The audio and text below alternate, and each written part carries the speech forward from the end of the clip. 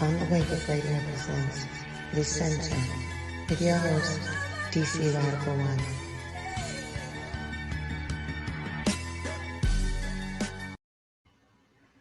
Greetings, Black family, and welcome to On the Wake Up Radio. I am your host, DC Radical One, and you have entered the center. Shout out to our wonderful producer, Cindy Ashby. You can check us out on SoundCloud, YouTube, iTunes Podcast, Google Play, Stitcher, Spotify, and iHeartRadio at On the Wake Up Radio. But more importantly than all of that, you can check us out at otwtube.com. That is otwtube.com. You also can check us out audioly at onthewakeupradio.com. And our wonderful producer will put all of this information in the chat. So it looked like we got a lot of people flowing in at the same time. Of course, BB4ODA and Straight Black Pride, the brother you got ripped off who's in the building. BB4ODA to a BB4ODA man. And Straight Black Pride to a BB4ODA man. Peace and Black Power to Brother Patrick. A BB4ODA and Brother I. Allen. Of course, greetings to our wonderful producer. BB4ODA and Straight Black Pride to Sister Farnessa. And we got a brother, I believe it's Keniac Chris, BB4ODA brother, Straight Black Pride to Unique One Express. The BB4ODA man says that DC Radical One is the Jadakiss of the African Center community. I appreciate that, brother. Old school, but still on point indeed. And Straight Black Pride to Sister Misty in the building. So, we got a lot of things to talk about. And I'm going to be honest, this is what happened. I was going to do individual videos for all of these stories. And I'm still going to do some individual videos. But I was doing one video on this story, one of these stories, about these Transformers, and it was so horrific, and I was so disgusted. I literally turned off the mic, unplugged the mic, turned off my computer, and just went outside to get some air because it was so crazy. I just couldn't do it, and because it's one of those things. The more you research, the worse it gets. So I'm not going to get into all of the details in that particular story um, right now. I am going to go over it though, because I'm just going to show something. We're carving a narrative here. Uh, peace and blessings to Brother Crow in the building. But before we get to the homophiles, before we get to the degeneracy and barbarity, I got a few things to cover. In fact, and some of them I don't know if y'all saw, but one of them I know y'all did see. And the first thing we're going to bring up, of course, is bring it up on the screen big. 21st Century African Vanguard series continues the return of the black man. Brother Michael Graves, Baba Olatunji Mwaba, Brother Lewis Ali, and Brother Darren Muhammad. And this is Saturday, August 21st, 2021 at Everlasting Life Cafe, vegan soul food restaurant. And it's at 2 p.m. from approximately 2 p.m. I believe doors are open at 2 p.m. to approximately 8 p.m. And tickets are $25 in advance via Eventbrite, $35 at the door. And this is the seventh annual Street Black Pride Convention. And of course, you can get more information by emailing unity@straightblackpride.com or calling 202-641-1766.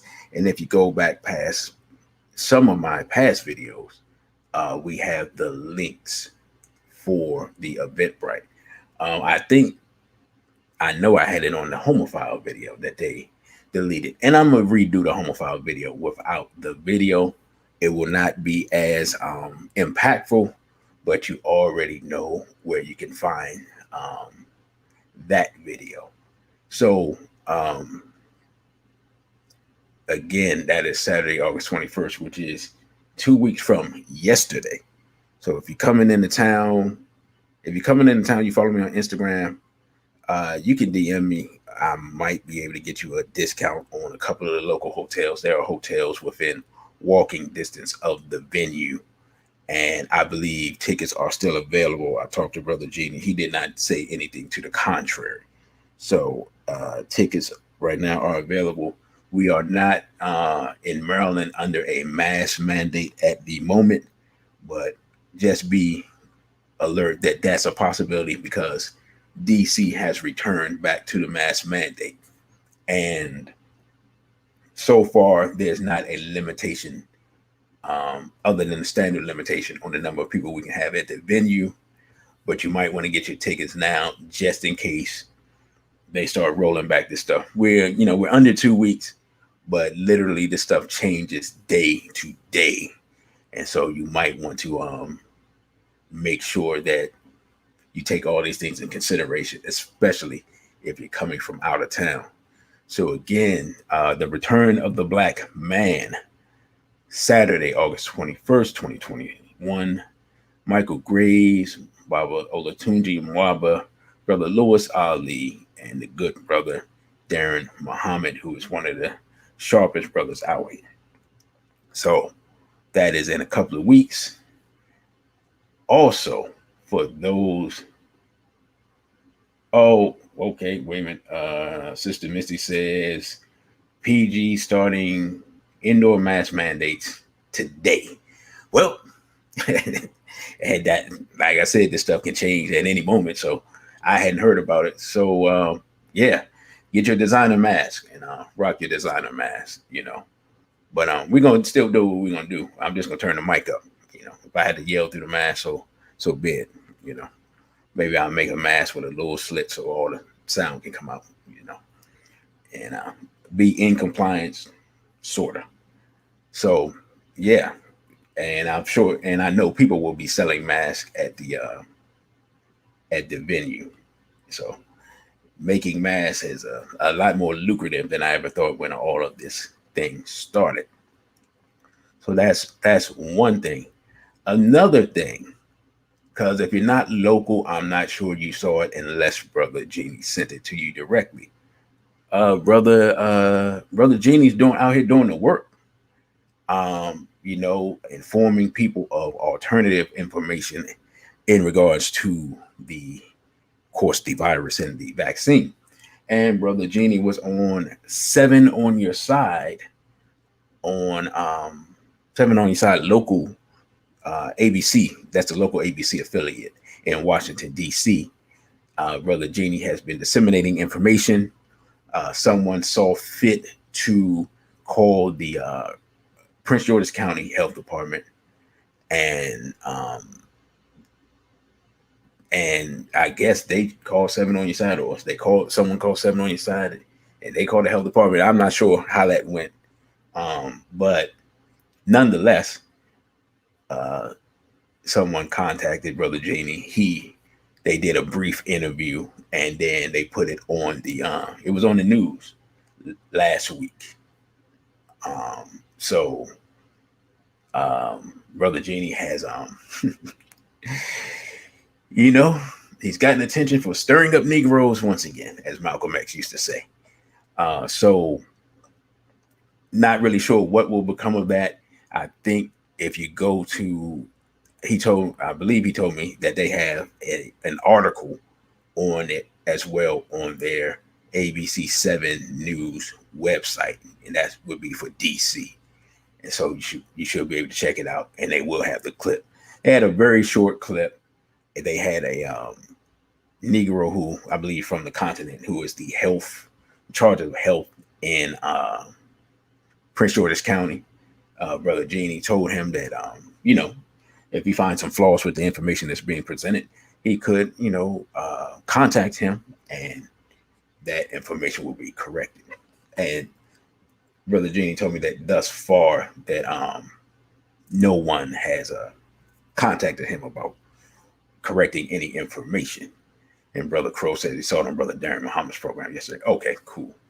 Yeah, I don't think Brother Genie sent me the clip, but if I have the clip, I'll try to load it up. Also, in connection with that, if you go to my OTW2 page after this show, there was an excellent video that was sent to me that deals with this situation, and you just want to go to the OTW2 page and check that out. That's all I'll say. And it's really outstanding. It's presented very clear and concise, and very accurate information.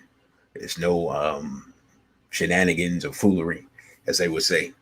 And it go there, get it, watch it, share it with people. I mean, it is very, very good information and presented in a way that, as Malcolm X would say, everyone can easily understand.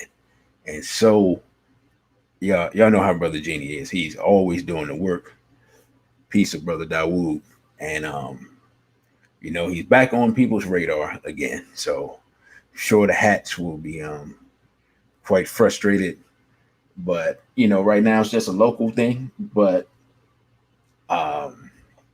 if other people can pick up the ball in their area and make this thing a national movement, a national resistance, because as we see, the role towards mandatory vaccines is, the onslaught continues towards taking away people's not only their religious, cultural, and medical freedom to exist as they are in their health. And I find it interesting because people still smoking cigarettes. It's so interesting. I saw somebody last week, the end of last week, smoking a cigarette, and I'm looking at, I'm like, well, I guess he's not worried about any type of respiratory disease because he's not helping this cause one way or the other.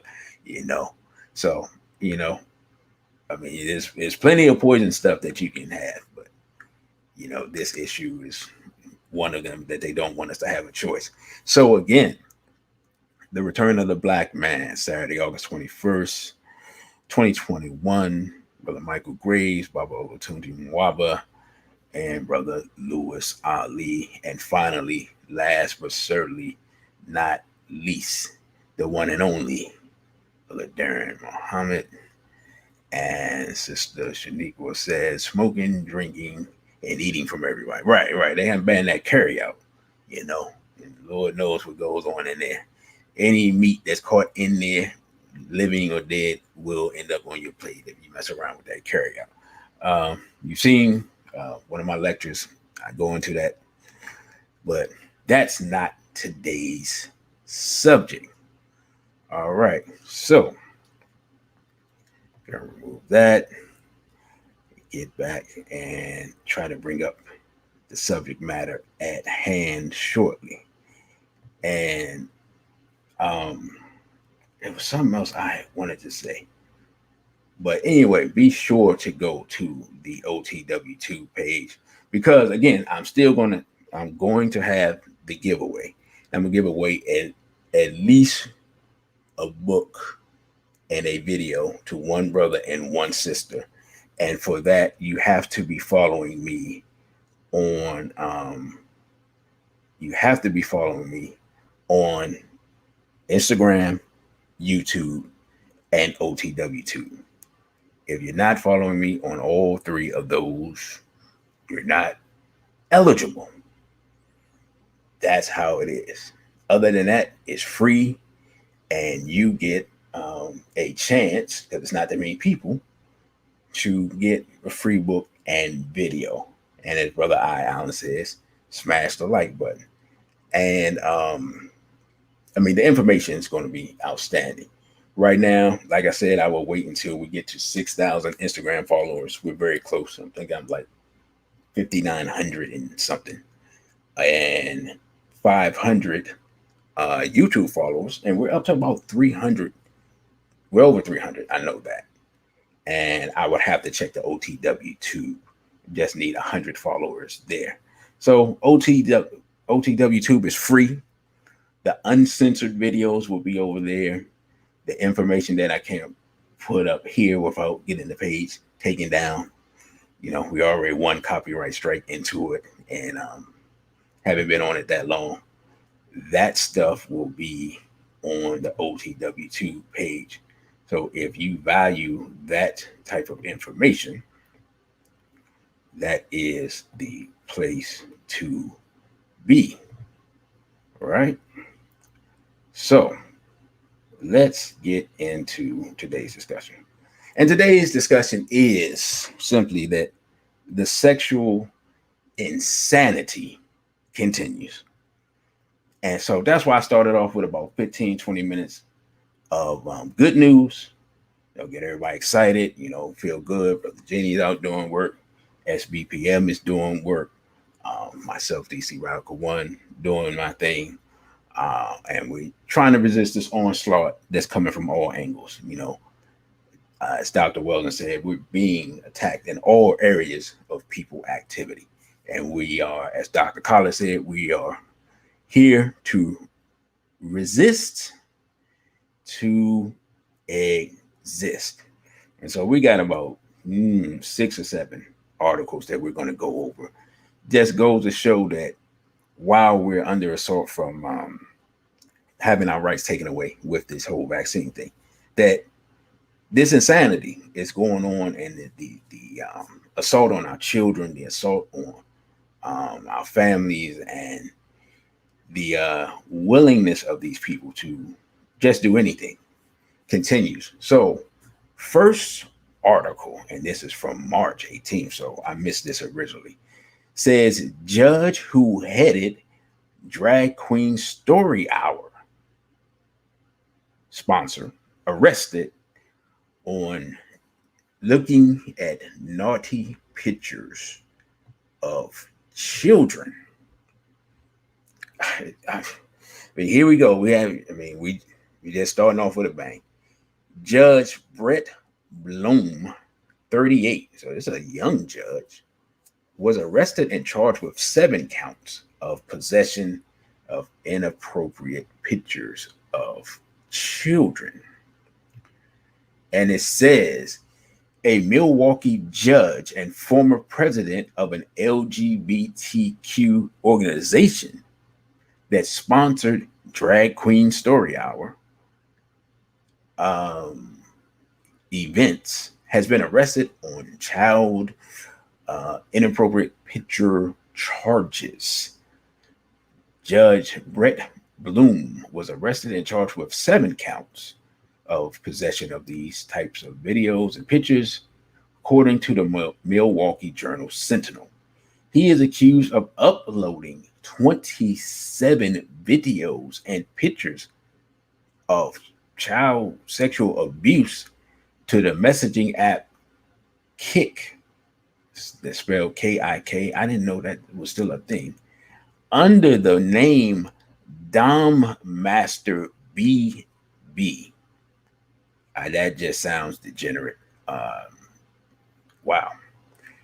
Each count against Bloom carries with it a minimum sentence of 3 years, with a potential of up to 15 years, with a decade of supervised release. With 7 counts charged against him, Bloom is looking at a minimum of 21 years in prison should he be convicted. Bloom was also a former president for the Cream City Foundation, which sounds suspect in and of itself, an LGBTQ advocacy group in Wisconsin that advertised Drag Team Story Hour events it sponsored, as well as a husband and adoptive father of 2 children. I would find it interesting to know if he's a husband of a husband or a husband of a wife. And I also would like to know if those children were included in those videos and if those children are black. None of that, I believe, is in the story, but I definitely would like to see. But let's move down and maybe the information is available. Bloom listed his presidency with the Cream City Foundation on his LinkedIn profile. Bloom's presence on the Cream City Foundation website was quickly scrubbed in the days since his arrest, with his articles removed and the board of directors page nixing the judge's information completely. Well, they were on top of that, doing some control of the information there. The judge's 2 children were not involved in the sexual exploitation. Okay, that answers our question. According to court documents, but CPS is looking to place the children elsewhere amid the charges. And it's kind of good. And anyway, don't get me started on CPS. If you've seen Brother Genie's Pizzagate lecture, then you'll understand my reticence for PCS. In the complaint, Bloom was said to have uploaded the photos on a friend's Wi-Fi. The friend noted in the complaint as individual B confirmed to investigators that Bloom had visited his house on days that the friend's Wi-Fi showed images uploaded by Dom Master B. So he's over here getting his friend hemmed up, using his Wi-Fi for his shenanigans. Man, that's crazy. The Wisconsin Supreme Court suspended Bloom from his position without pay amid the charges. The Sentinel reported Bloom was elected to his judgeship in 2020. He has yet to give a plea. So he wasn't even in there 5 minutes before all this started. Wow. In a statement to Fox News, DQSH, that's the Drag Queen Story Hour executive director, Jonathan Hamilton, said that the Milwaukee branch of there's multiple branches of this thing, of the organization, was deeply saddened and disappointed to learn of the action of Judge Brett Bloom. Sure, this has never happened before with them, I'm sure. Hammett clarified that the Cream City Foundation was strictly a fiscal sponsor, meaning that they just give them money for DQSH Milwaukee, that allowed it to operate as a nonprofit, and that Bloom was never directly involved with the event planning nor held a position with DQSH. And we're going to stop there. And I'll probably do a whole video and go through the whole article there. But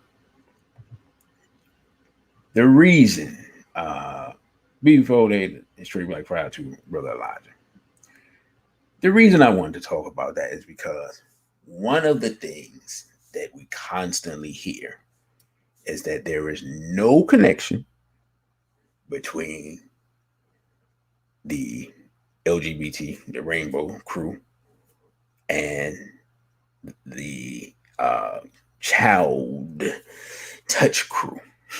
You know what I'm saying? Trying to use words delicately here. You know, this one's probably not going to stay up long.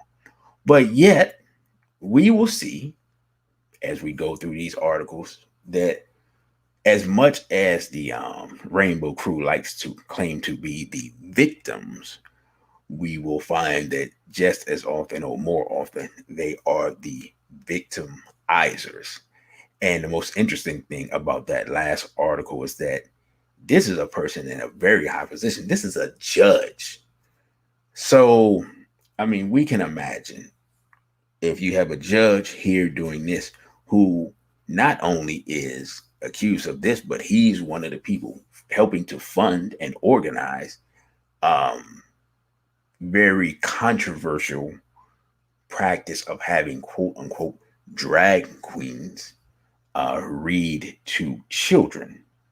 And as we talked about in previous videos and previous live streams, you know, the unnatural focus on children and the unnatural focus on children continues. And we're able to document and show this over and over again while they continuously tell us that these two things are not related, right? So that's the first article. And like I said, I'm probably going to do a video on that and go through the entire article. And if I can find some actual video to go along with it, I will put that in. You know, despite the fact that that may cause copyright issues, but it is what it is. Next story. This was from May. So time moves forward. PBS station defends drag queen skit for kids. Performance art that can inspire creativity. And it says the hips on the drag queen go swish, swish, swish. So this is what they're teaching children. All right, let's move forward because we're going to show that, you know, this is everywhere. You know, because many times as Black people, we think, well, that's happening over there, so, you know, I'm not worried about it, or I'm safe, or whatever. And if they come over here, I'm going to do X, Y, Z. Well, more than likely, they're already over there. And they're already doing what they're going to do. So this one says a PBS station in New York, once again, is getting attention for airing a children's program. A children's program. I'm going to say it again. A children's program that featured a singing and dancing drag queen. The skit was part of a Let's Learn television series that is produced in partnership with WNET and the New York Department of Education. Footage surfaced on social media with a drag queen known as Little Miss Hot Mess promoting their book. The hips on the drag queen go swish, swish, swish. Y'all excuse me while I grab some water because I'm starting to get a headache already, and we're only on the second article. The skit received a wave of backlash from social media users. It appeared to be a project specific to WNET and New York City's government. PBS clarified to Fox News that Let's Learn was not funded or distributed by PBS. So apparently, everyone is running from this, and as they say, and the Europeans have a saying to the effect that success has 1,000 fathers and failure is an orphan. So it appears that everyone is trying to get away from this as fast as they can. During the program, Little Miss Hot Mess danced and sang to the tune of the wheels of the bus. So you're all familiar with that. If you have children or when you were children, the wheels of the bus go round and round, round and round, round and round. So they taken that seemingly innocent song and turned it into the hips on the drag queen go swish, swish, swish. Oh man, so that will be drilled into children's heads and they'll be unable to forget it. And all right, so we have a picture here of um the drag queen person, Little Miss Hot Mess. Um, we're not gonna. I don't know if that video is playable, but we're not gonna do it. And then the Let's Learn website says the program is for children ages 3 to 8. Let's let's just pause for a moment here. Let's just have the pause, man. All right. 3 to 8. Why? All right, hold on.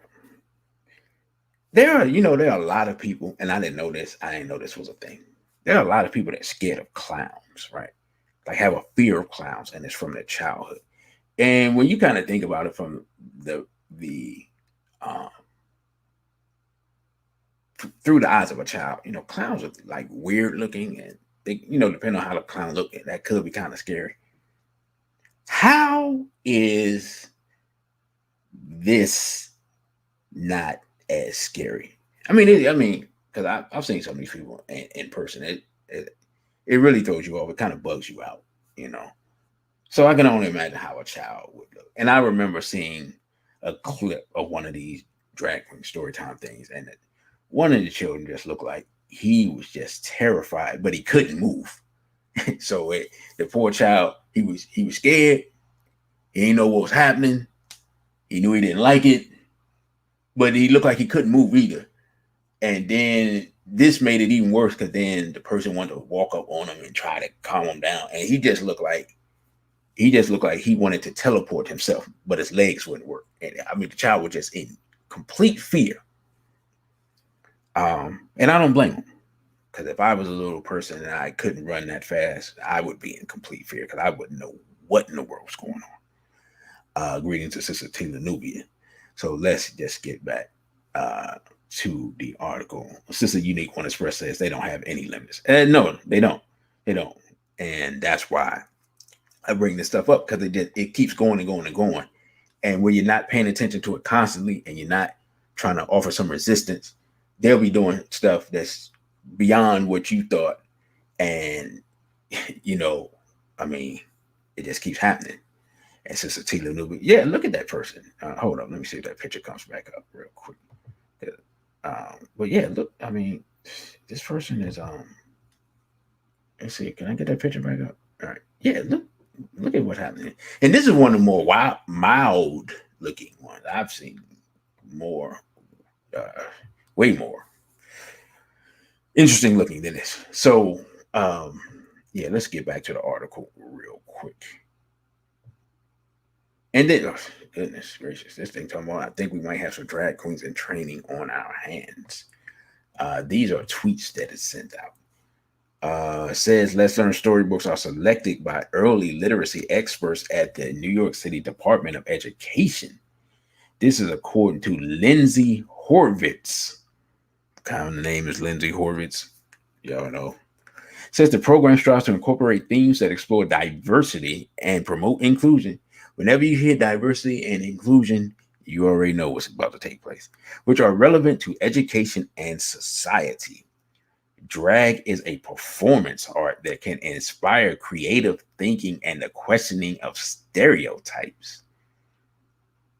Little Miss Hot Mess is the author of the book. She serves on the global leadership team of again, Drag Queen Story Hour, and has hosted readings at numerous libraries, child museums, and schools across the country.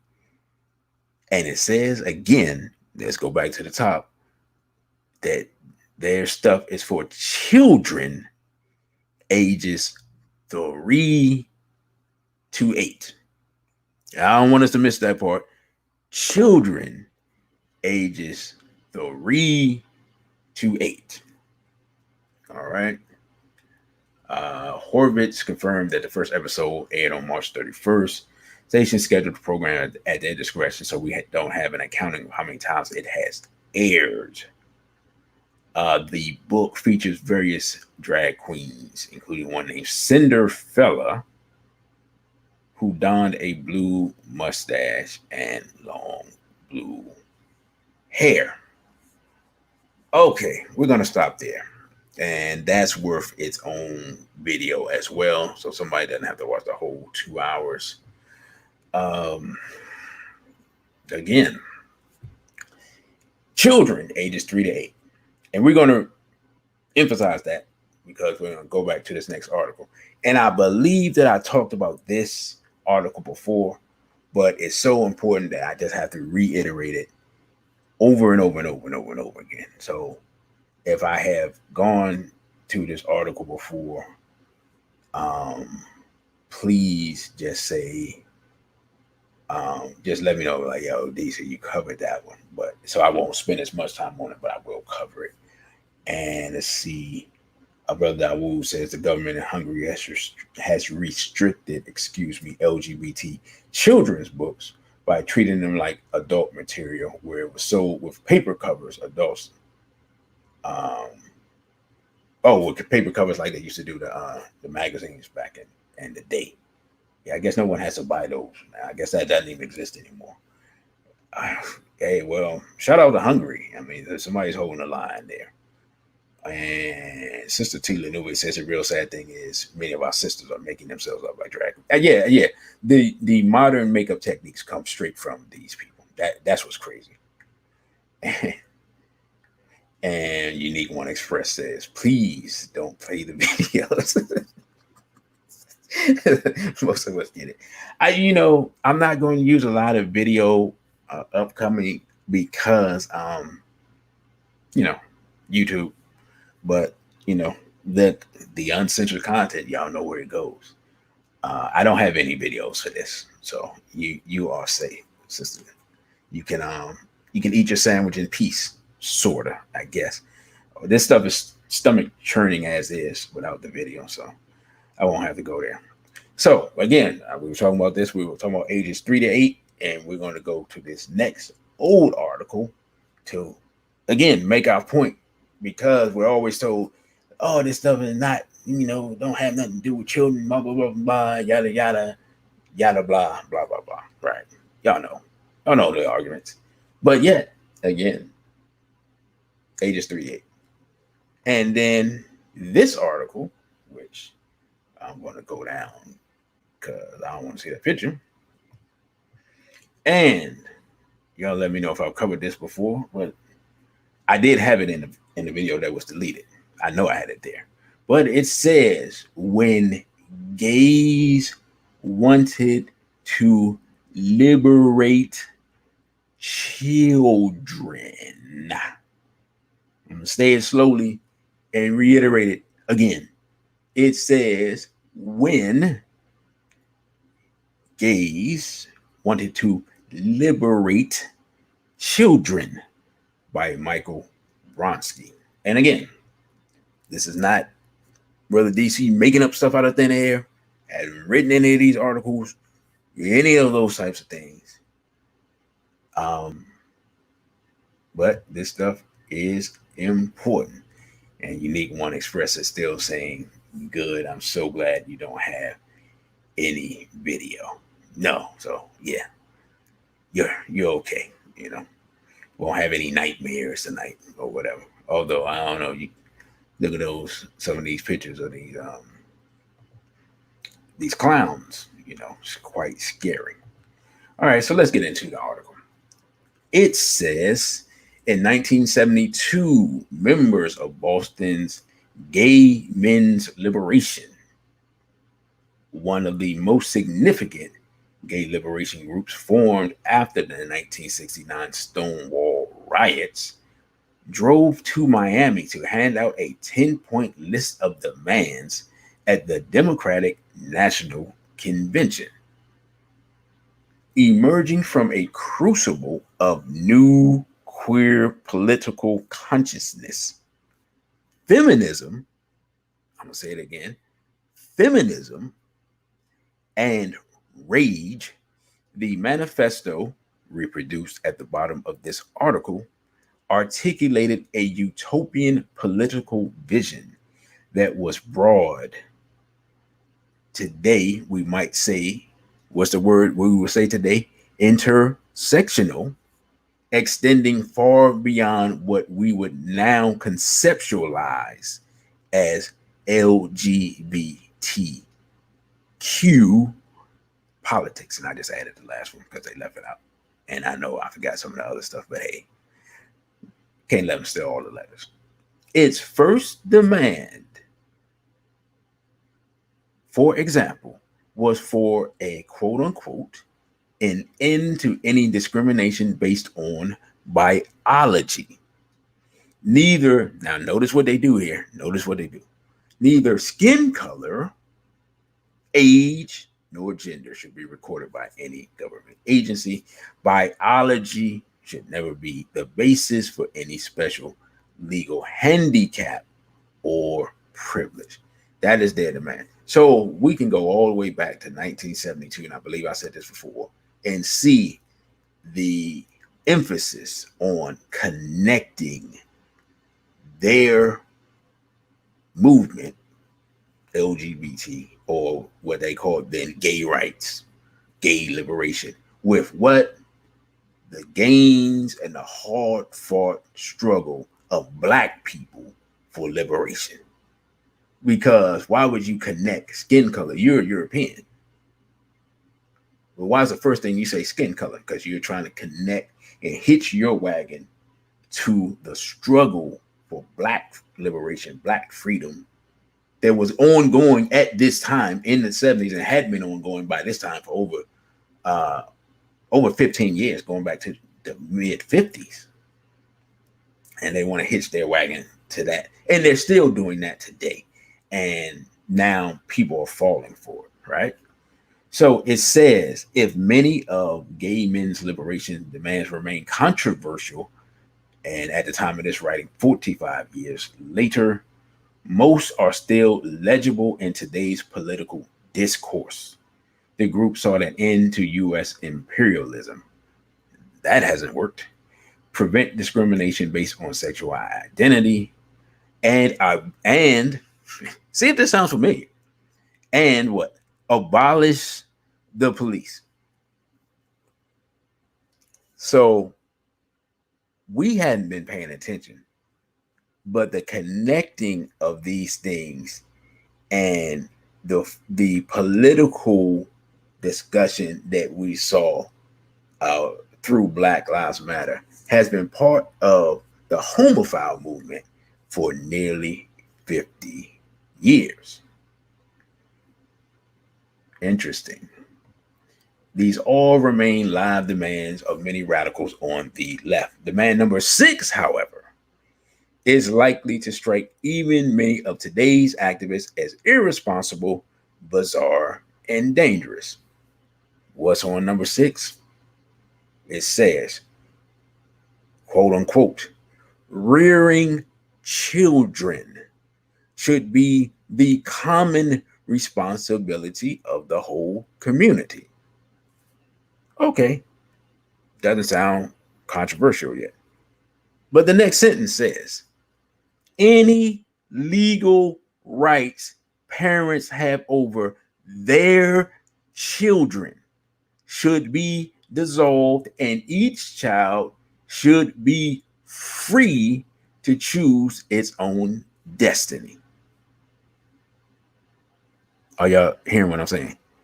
Each child should be free to choose its own destiny. It gets worse. Read the next sentence. Free 24-hour child care centers should be established, right? You're like, oh, okay, that's no problem. Where, according to their words, these are their words, YouTube, I'm just reading it. It says where, and I want to read it because this is what they wrote. It says where faggots and lesbians, what does it say? It says where faggots and lesbians can share the responsibility of child rearing. Stop right there. Is DC Radical One making up stuff? Is this not what's on the page? Am I running around? Am I calling people these names? I'm reading the article. These are their own words. I mean, what y'all want me to say? BB48 man says that Boston is as much a homophile epicenter for homophile political advancement as San Francisco, Atlanta, Chicago, or DC. Yeah, I mean, and apparently they've been at work for 50 years. I'm going to read that again. Give me a second. I got to read this again. It says, any legal rights parents have over, and it says, quote unquote, their children should be dissolved, and each child should be free to choose its own destiny. Then it says, free 24-hour child care centers should be established where male homosexuals and female homosexuals can share the responsibility of child rearing. But what do they always tell us? It has nothing, the LGBTQ has nothing to do with children, but yet 50 years ago it had plenty to do with children because it's part of their platform.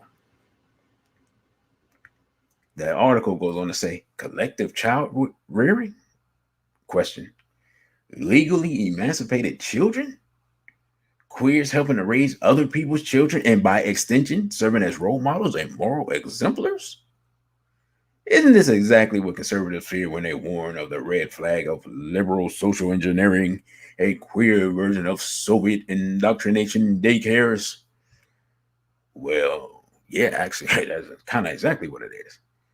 But then it says, or is it a utopia that would finally liberate women from the burdens of reproduction, while also creating a social structure in which children could safely function as independent beings who are not frightened or ashamed of exploring their sexuality? Let's pause right there. A lot of people in America cannot read and write adequately. You know how I know? Because you just go on social media and you see what people say and how they write. And a lot of people don't have the capacity to think for themselves. A lot of people should be exploring education. But here it says that children should be exploring their sexuality.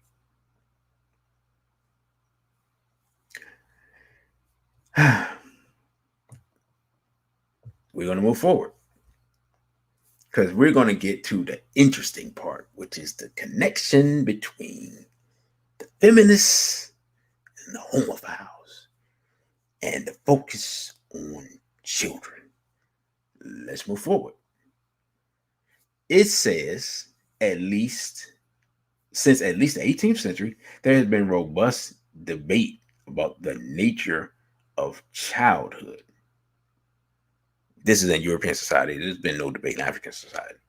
While questions of whether or not children are innately good, suitable for the open labor market, or in need of standardized education have elicited polarized opinions over the centuries, most reformers have assumed to varying degrees a starting point of child paternalism, the idea that children need protection of adults and in exchange are eligible for fewer basic rights. The children's liberation movement of the late 60s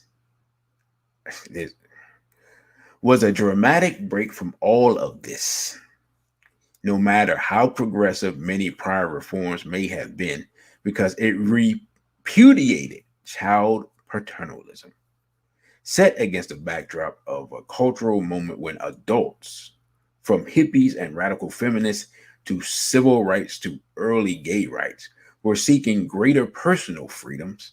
It was perhaps only a matter of time before young people identified themselves or were identified as an oppressed minority deserving legal equality, and in effect, manumission, which means freedom from their parents. That's what manumission is. I hope y'all hearing here as I read this. It says, even recalling what we know about the radical nature of the 60s, it can be difficult to appreciate that child liberation was not a fringe idea.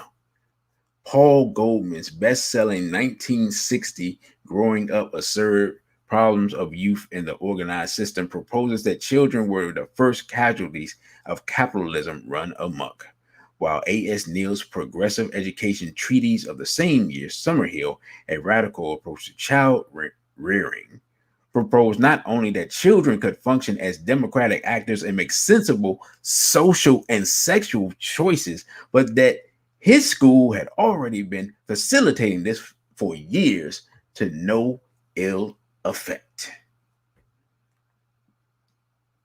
Y'all hear what's going on here? This is in 1960. He's saying that children can make sensible social and what sexual choices. It always comes back to that.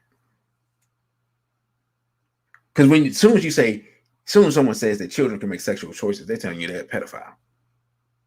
I'm not interested in any children making any sexual choices. Why do children don't need to be making sexual choices? Need to be reading a book not written by Drag Queen Story Hour and learning basic life skills. Children don't know whether $1 is more than a bunch of shiny nickels, dimes, and pennies, but you tell me they can make sexual choices. This doesn't make any sense at all. But this is what we are facing. Now, this part says radical feminists argue that men had invented. Listen to this here. This is what they are saying and have been saying for 50 years. I want you to get it. Radical feminists argued that men had invented the idea of childhood innocence to bolster the oppression of women, which was also the function of the nuclear family. Understand. If men invented the idea of childhood innocence and then there's no such thing as childhood innocence, then by its very nature, you open the door to pedophilia. Right? Because then the pedophile will say, oh, well, the little girl came on to me. She's not innocent. She can make the same choices that an adult can. Y'all, I mean, are y'all grasping the gravity of the situation here? We're battling something that's been going on secretly for minimum, according to this stuff, 6 decades.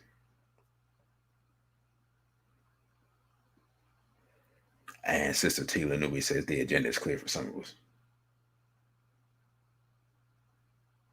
And you got ripped off. Says, notice they label children it, not she or he. They see the children as sexual objects, not people. And Sister Shaniqua says, that's crazy.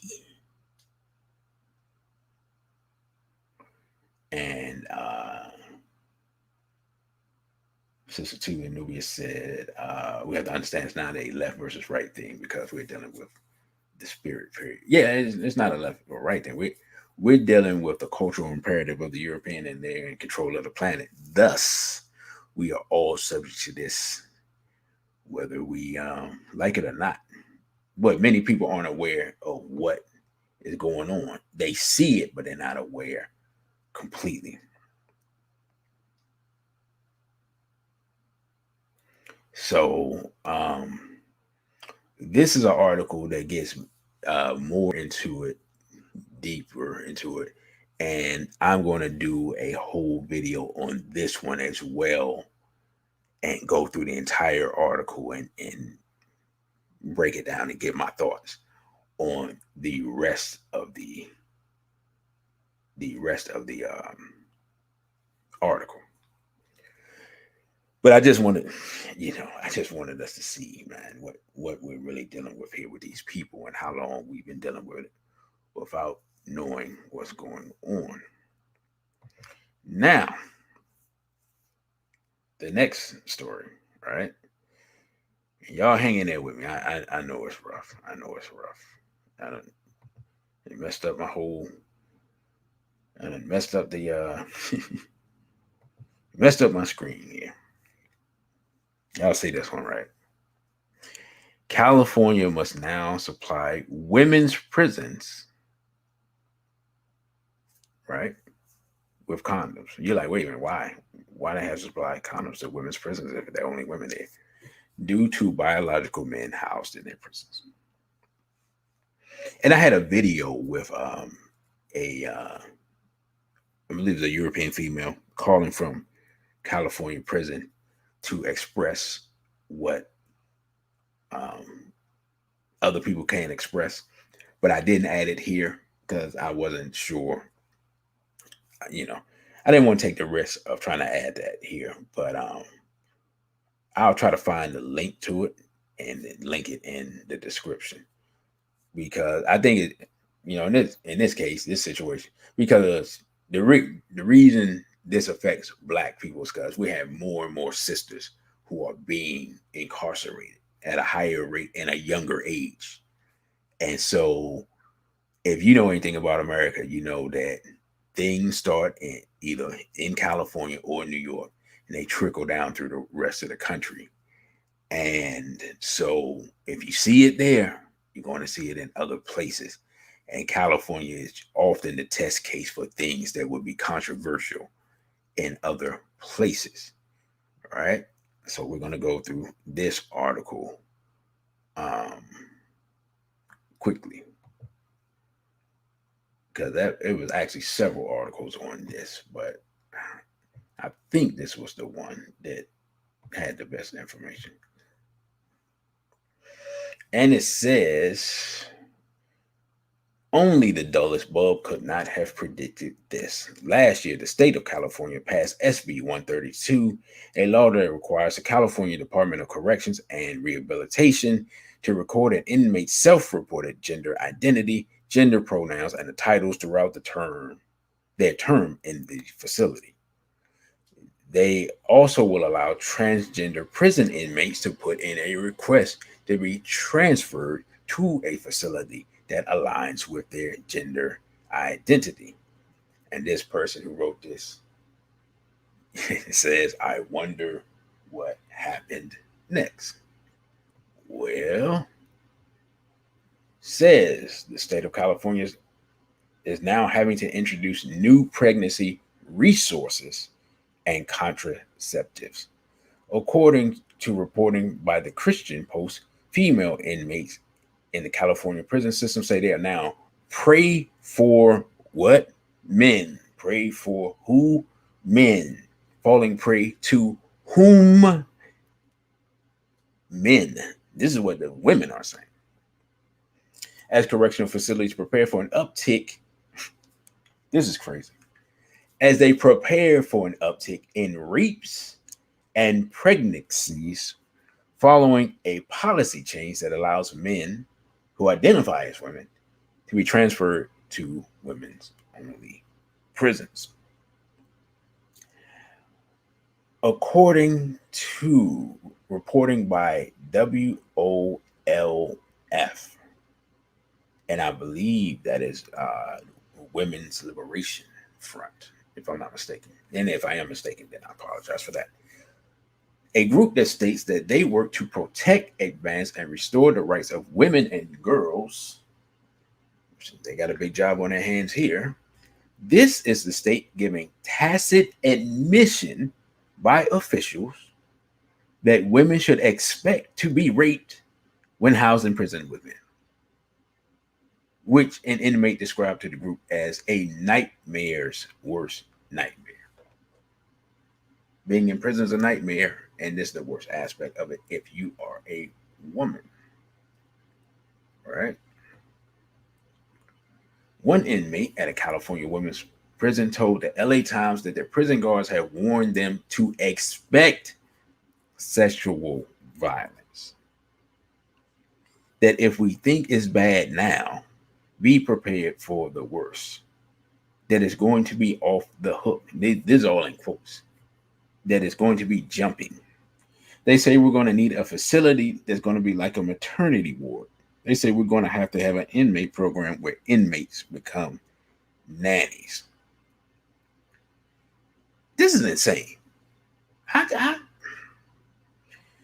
did anybody think this is a good idea? Another inmate told WOLF, does anyone care that we are being forced to house with a 6 foot to 250-pound men with their genitalia intact that are here for brutally raping women? Hey, right, exactly. If a person, yeah, she's right. They can put a rapist in jail. He can identify as transgender and then be put in a jail full of women who cannot protect themselves from it. We have been warned by the officials in this prison more are coming with worse charges. Where is the safety concern for us? If we say we are in fear, we are the ones locked up. So they don't care about the women at all. The women's safety is of no consequence whatsoever. What does the California Department of Corrections and Rehabilitation have to say about this? In the past, I would have said you will not believe this, but we can no longer say that phrase while living in the land. This person says living in the land of the Democrats. I would say living in the land of the hats, but you know, it is what it is. The California Department of Corrections and Rehabilitation stated that they did actually think about the possibility of pregnancy was considered in the development of SB 132. Not to worry, they say, because they already have procedures in place addressing pregnancy in their prisons. Really? What would those procedures be? Good question. They say that sexual acts are already prohibited in prison and are subject to disciplinary action. And then they say, really, you're going to tell biological males that are in the prison system, some for rape and murder, that it's against the rules to have sex in prison. Yeah, because following the rules is what these people have been doing their whole life. Right. Right. So that's that article there. And the thing is that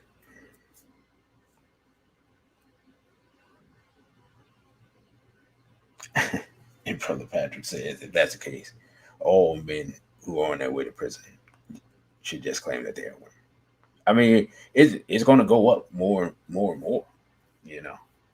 And the thing about it is, this is just insane. This is insane because you're gonna have the women who fear these people and who, you know, unfortunately, there's gonna be women that are gonna be violated, and then there's gonna be men who want to go there and they're gonna find women. Women are gonna find attractive, and then they're gonna be doing what they're doing, and it's just you just open up a Pandora's box of complete and total lunacy, right? So this bill has been passed. We see the concerns, and the next article, what happens? It says California prison inmate pregnant after state lets biological men into women's prison. It's from July 31st, so a little over a week ago. And I'm just going to go past that picture because, yeah, I'm good. Says Chowchilla, California. According to reports, at least one female prison inmate at the Central California Women's Facility has turned up pregnant since the state passed legislation allowing biological men to be housed in biological women's prison facilities. And someone tweets this is the definition of lunacy. The group Women's Liberation Front, okay, I was correct, WOLF, took to Twitter on July 26, sharing the news that been confirmed at least one woman becoming pregnant inside of CCWF. Um, we have now heard from we have now heard from 7 different people, inside CCWF that at least one woman, possibly more, is now pregnant after being housed with a male felon who was transferred to the women's prison under SB 132. The tweet retweeted a previous account that said that conditions are being described as a nightmare's worst nightmare, as I said earlier, and the system is bracing for wave of pregnancies and violence, an increase in violence. This is, of course, an outcome that people with an IQ above room temperature could have seen coming, that housing biological men in prison facilities created specifically for biological women were going to result in someone getting pregnant. Literally, the only question here is whether this was voluntary or involuntarily. No one has seemed to answer that part. The law itself has such a low barometer for what's needed for a man to be housed in a women's prison facility that all a male inmate needs to do is basically recite. This person got jokes. Recite some of the lyrics of Shania Twain's "Man, I Feel Like a Woman" to administrative staff, and they're on the path to being housed in a women's prison. He's making, we're laughing, but it's no joke what's going on. And officials in California had to know that either women were being sexually assaulted or having casual affairs with these male inmates, because reports show that California is now giving condoms and Plan B to female inmates housed in the prisons. So they get something. Man, this is rough. All right, let's think about it. They're giving 2 things. And if you think about it, the 2 things have 2 different purposes. They're giving condoms, which would say that you're expecting consensual activity, and they're giving Plan B, which means you're expecting not so consensual activity as well. In a report on that aspect from WOLF, the organization says that the prison administration handing out contraceptives to female inmates is a tacit admission that officials knew that acts of sexual assault could happen with the enactment of SB 132. Says the news sources are tacit admission by officials that women should expect to be raped when housed in prison with men where all sex is considered non-consensual. So if all sex is considered non-consensual, then yeah, by default within the system.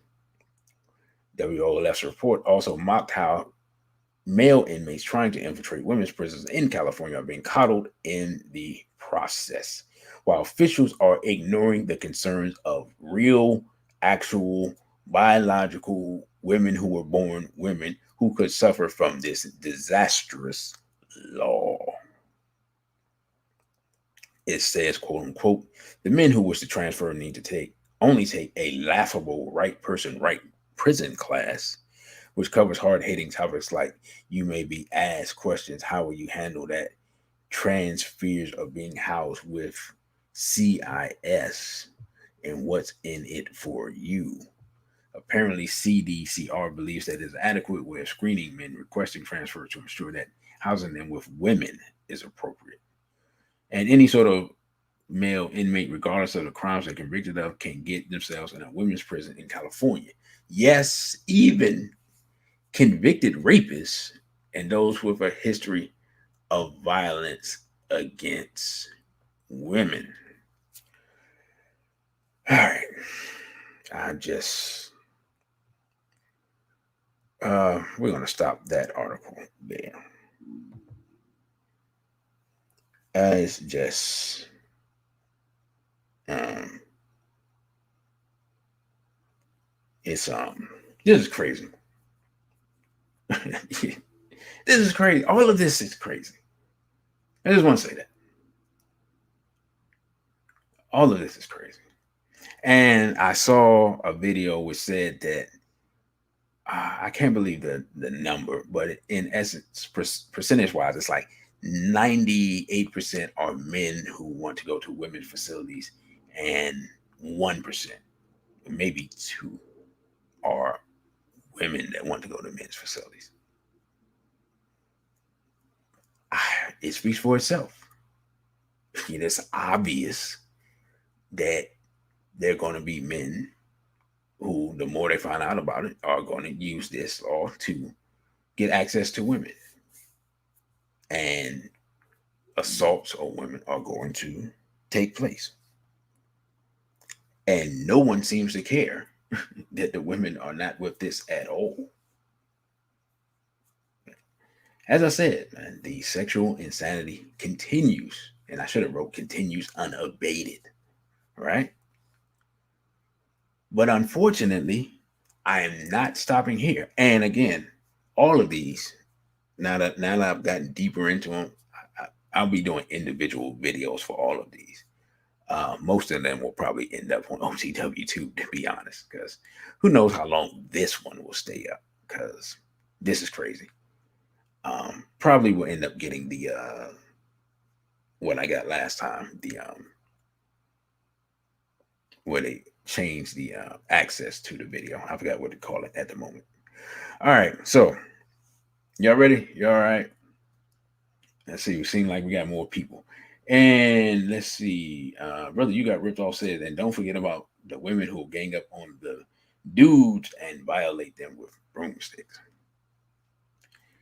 I mean, that's going to happen as a reaction to this stuff. It's not. It's just crazy. It's just going to be complete, total chaos in these prisons.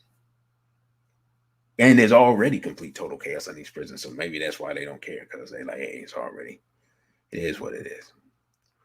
All right. So last but not least, the last article that we will cover, and then we will recap some actual sanity, because this is making my head hurt. So if it's making my head hurt, I know it's making your head hurt, but somebody's got to do it. And it says, can y'all see that? Let me know if y'all can see that. Yeah, y'all can see it. All right, cool. It says transgender YouTuber Chris Chan arrested after allegedly violating his mother will be housed with female inmates.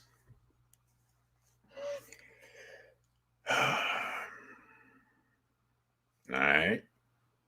I'm going to read this article. We're going to read the title one more again. Transgender YouTuber Chris Chan arrested after, quote unquote, allegedly violating his mother will be housed with female inmates. Right? We got this article from the New York Post. Says same thing. We're going to go read through parts of both of them. Says vlogger Chris Chan arrested for alleged, here they call it incest with mother who's suffering from dementia. Right? what do they tell us? They tell us, hey, man, these people, they are always the victims. They're not hurting anybody. They're not doing anything. The man's violating his own mother. Let's just get into the article here. Nope, don't want this. Thank you. It says controversial vlogger has been arrested in Virginia for incest after audio was leaked online of her,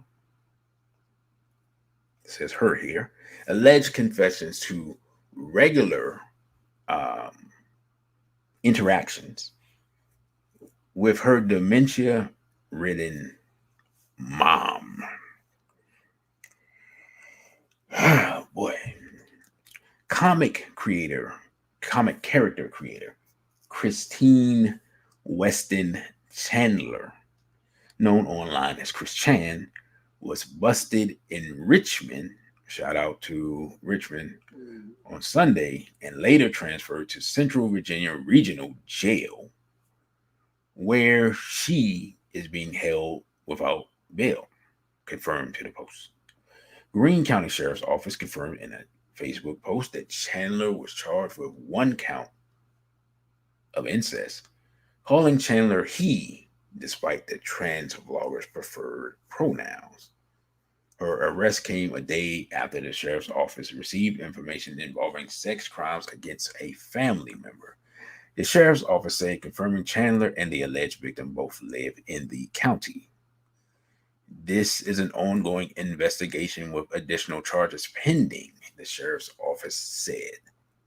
The 39-year-old who is also known online as Sonic Chew, already faces up to 12 years in prison if convicted of a single count of incest.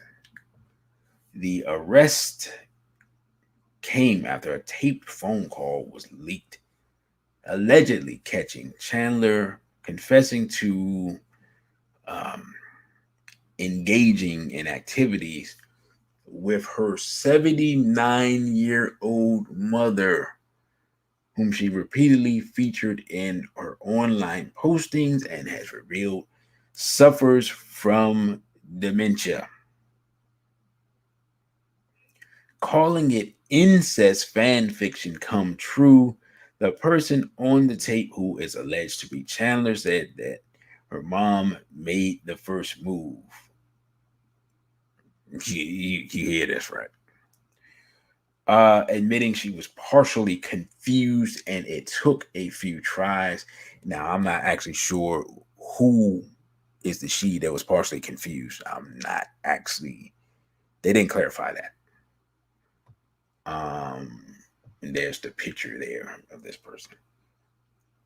And then it says they would go on to engage every third night, but had an open relationship. The voice purported to be Chandler told an unidentified woman in the clip. All right, we're going to stop right there and look and see what the other article has to say. Again, this is the person. Um, this is crazy. I know, it's crazy. And it says authorities arrested transgender YouTuber Chris Chan, a biological male, also known as Christine Weston Chandler, after Chan reportedly violated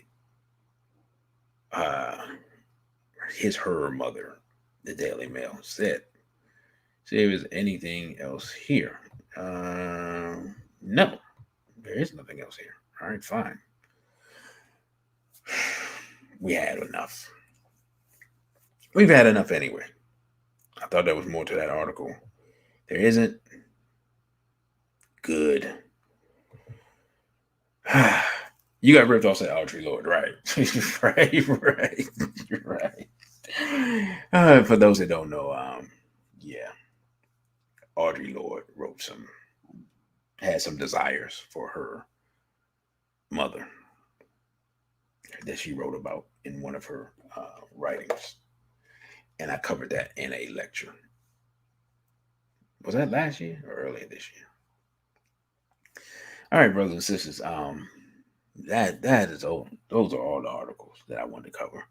And like I said, I'll be doing individual videos for all of those, get a little more in depth. But I wanted to really just show that despite what we're told through the media and through the propaganda of these people always being the victims and never the victimizers, or never the that was this year, brother. Okay, thank you. Time flies. Kind of hard to yeah, that's right. Dr. Francis Chris Wilson Day. Right. That was in March. Um, but despite what these people say about them always being the victims, never the victimizers, they never hurting anybody, they never doing anything, we see just from these handful of articles that is not the case. I mean, we have judges. We talked last week about priests. We talked about the Boy Scouts. We talked about um, Nubians, who at one time were known as Ansar Allah community, and so forth, so on, and all that stuff. Talked about the Zulu Nation issue.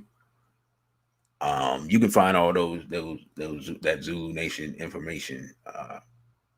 That sister has. It's actually she releases another video tonight of her would have been documentary. And the reality of the situation is that our entire society, both the dominant society, as some people would call it, and black society, is being overrun with all of this sexual degeneracy, barbarity, and backwardness. And someone has to just say enough is enough. We see now from reading the article, and like I said, I'll do a video. We're going to go through the whole article. That quote unquote liberating children, I have to emphasize this multiple times, was a and is a key component, right, of this movement for 60 years. I believe in, was that last week? I read the 1972 Gay Rights Platform. One of the things they talk about, you know, children. You know, it always comes back. You look at it, it's always come back to children, children, children. Drag queen story time, children. The other thing, children. Children 3 to 8. Right? And there was another article with the monkey something something. I didn't even bring that one up. I forgot about that one. You know? And we're here at a time where, weirdly enough, because of what happened with the complete lockdown, people have had their children in their sights, in their arms, educating their children, interacting with their children, having their children relatively safe for those parents who are sane. But these people are waiting on your children. It's their goal to quote unquote liberate your children and have them raised by them. This is the stated goal. It's not me saying this, not DC Radical One making up stuff. Read the article. And I'm going to steal a line from brother I seen on YouTube when he says, documentation beats conversation. So while we are resisting the onslaught of, you know, vaccine or starve to death, which is what it's starting to look like more and more as more and more companies and more institutions are trying to mandate this thing. We also have to keep an eye out for the sexual insanity and the attack on children. and the attack on women, as we've seen.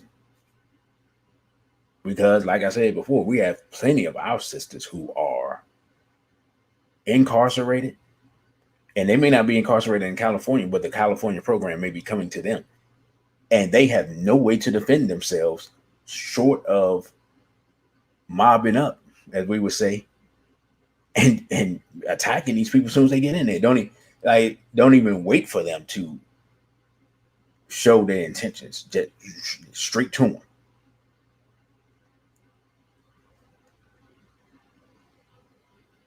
And looks like Brother Keparah just came in and said, "What is this Norman Bates story?" Brother, you had to watch the replay. I refuse to go back. I mean, I'm gonna do a separate video on it, but today I'm not going back to that thing. This is just, I mean, because it's crazy. It's crazy all the way around. The only difference between, to your point, this and Norman Bates is that no one was killed, and the person's on audio recording, admitting to the crime. That's what's crazy. They got him on tape admitting to it. So, and Brother Dawood says, he says, and let us not forget the Netflix movie Cuties and Little Nas X. Yeah, I had done so many Little Nas X things that I just refused to do another one because people would think I'm obsessed with him or something. I mean, I've covered him at least 2 live streams.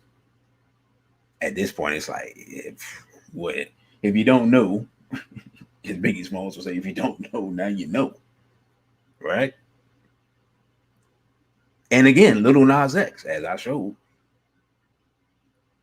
is targeted right at our children. He went into a school and all the children were jumping up and down and yelling and knew all the words to his song. And this is elementary school. That's the thing.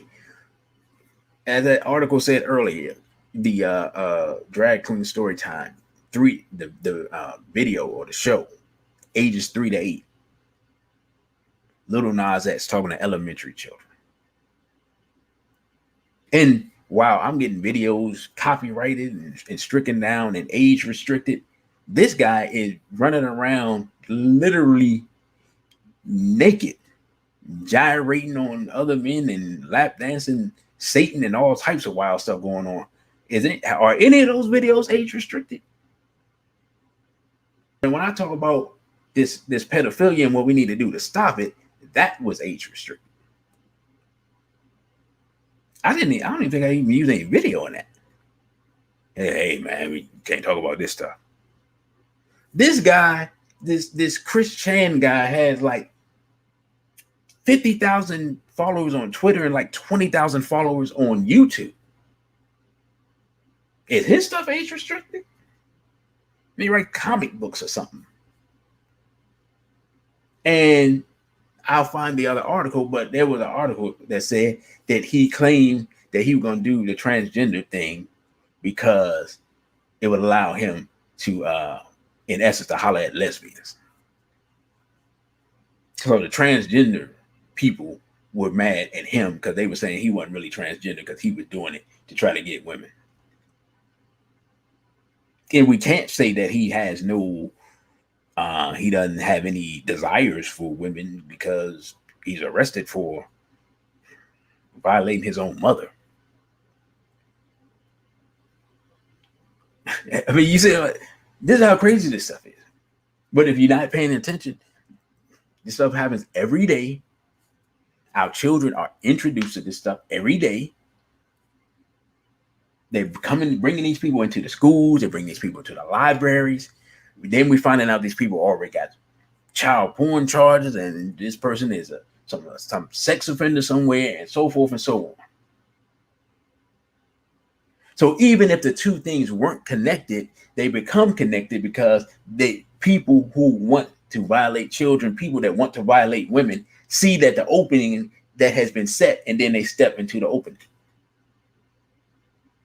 as Dr. Collins said, by accepting this, they have the people bending over and giving evil an opening.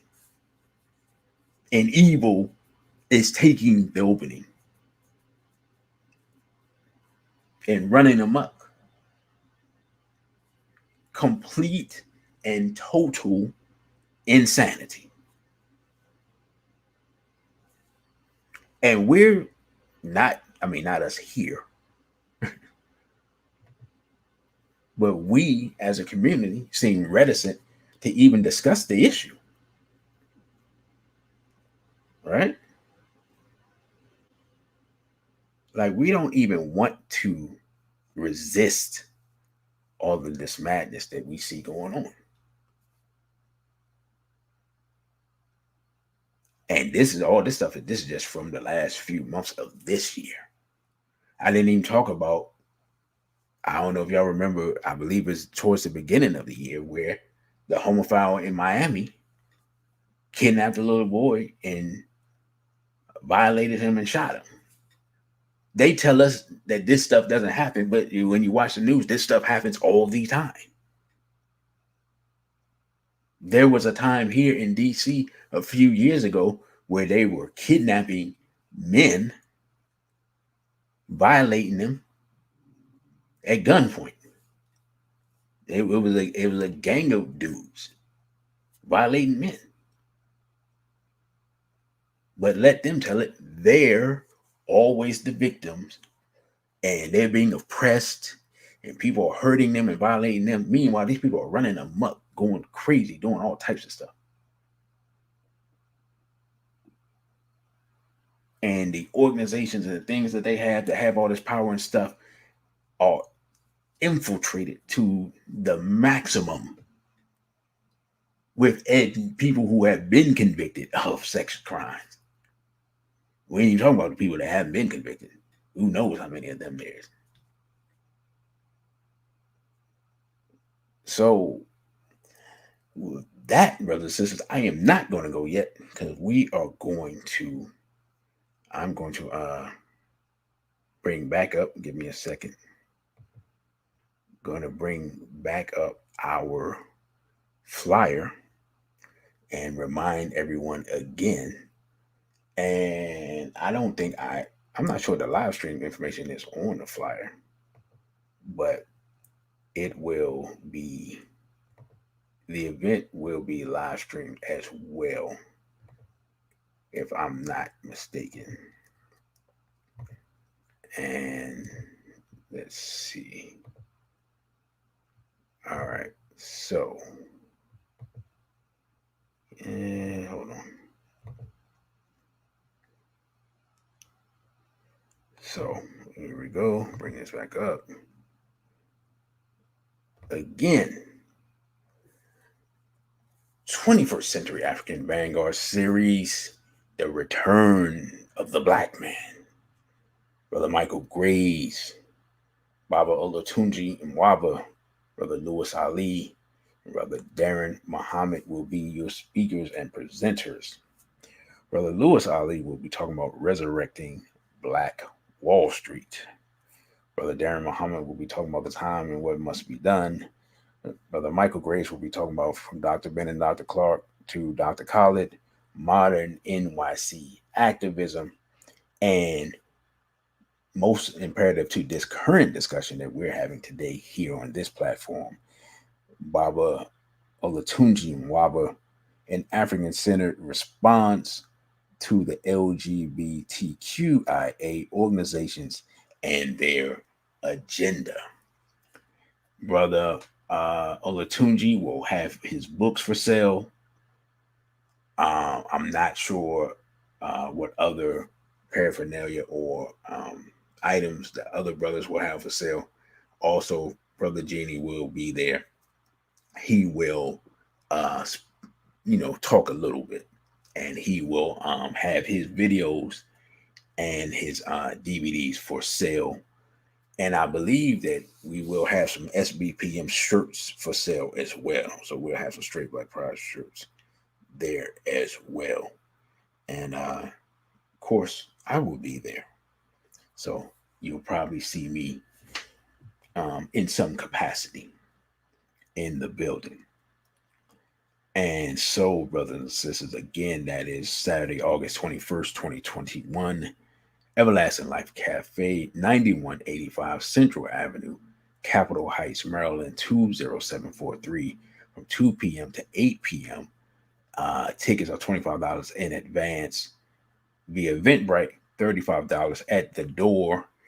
And also, this has not been confirmed yet, but we're trying to get the facility to show the Errol Spence Manny Pacquiao fight that will be airing that night, probably starting at 9 o'clock, where the actual fight, the main event, probably will not start until 11:30, 12 ish. If you are already there um, for the event and you've paid for the event, I if we because we haven't got confirmation about that, but if we get confirmation about that, you will also be able to see the fight for free. Um, and so we'll have a fight party and we'll watch Errol Spence brutalize and retire Manny Pacquiao. You know, so we're gonna root on the brother. Uh, Hopefully, the fight party afterwards. If we do not have the fight party afterwards, then don't be surprised that I disappear without saying bye, because I'm gonna be going to see the fight somewhere if we don't do it there. So again, you want to come out, we have food, we have four dynamic, powerful speakers and activists and lecturers and people who've been doing and organizers and people who've been doing the work for all of these brothers. Have been doing the work. I'm not even sure about Brother Lewis Ali, but everyone has been doing the work well over 10 years. So these people have a track record of doing the work that benefits Black people, that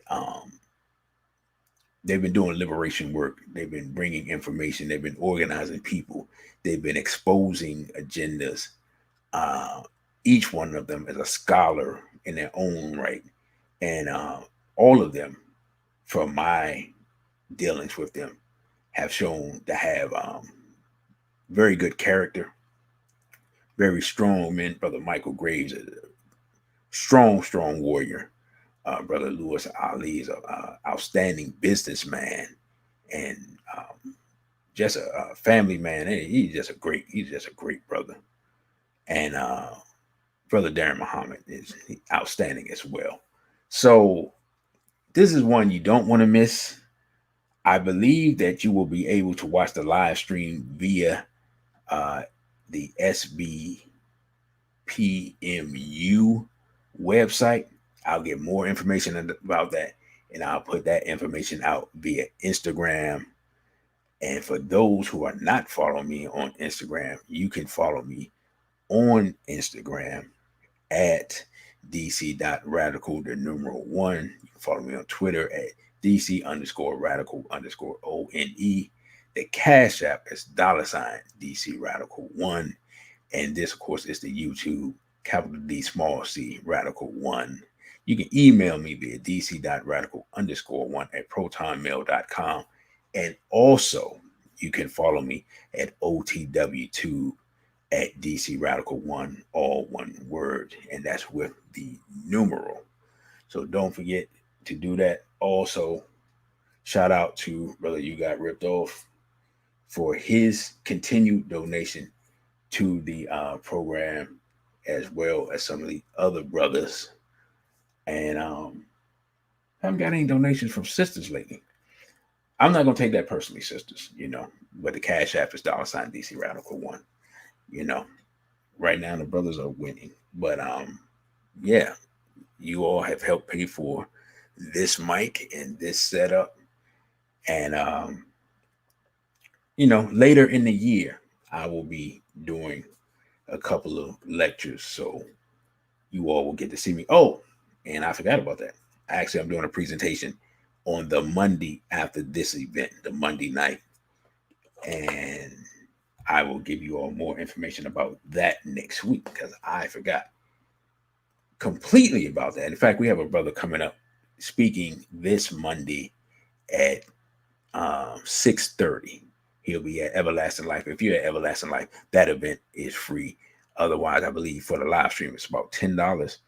And he'll have some excellent information on starting a business that is very it doesn't take a lot of monetary investment on the front end, but it's proven very lucrative for him on the back end. And he will give a breakdown of how that can be done and how you can get into that business and make you some side money. And he does very well via that.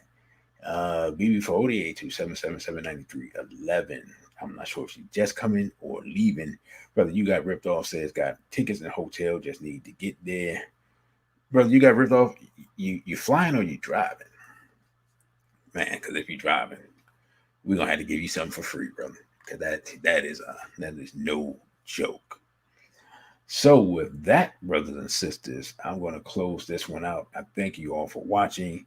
Thank you all for the donations. I think everyone that has subscribed, brother, you got ripped off. Say he's driving, man. Hey, brother. Yeah, we're gonna have something free for you. I'm gonna have something free for you, brother.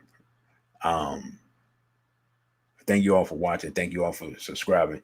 Do not forget to hit the like button. Do not forget to subscribe if you haven't subscribed.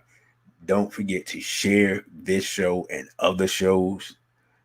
Do not forget to go to the OTW2 page and subscribe to my OTW2 page. And be on the lookout for more videos this week because I promise you all 31 videos in 31 days. I did not say they would come consecutively. Some days you're going to get 2-3 videos at once. Some days you're going to get none because right now there's a lot of stuff going on. Life is hectic, but I'm going to squeeze in these videos because I gave you my word. Now I got to follow through. I appreciate you all. Thank you all for the support. Thank you all for the love. Thank you all for listening and spreading that information.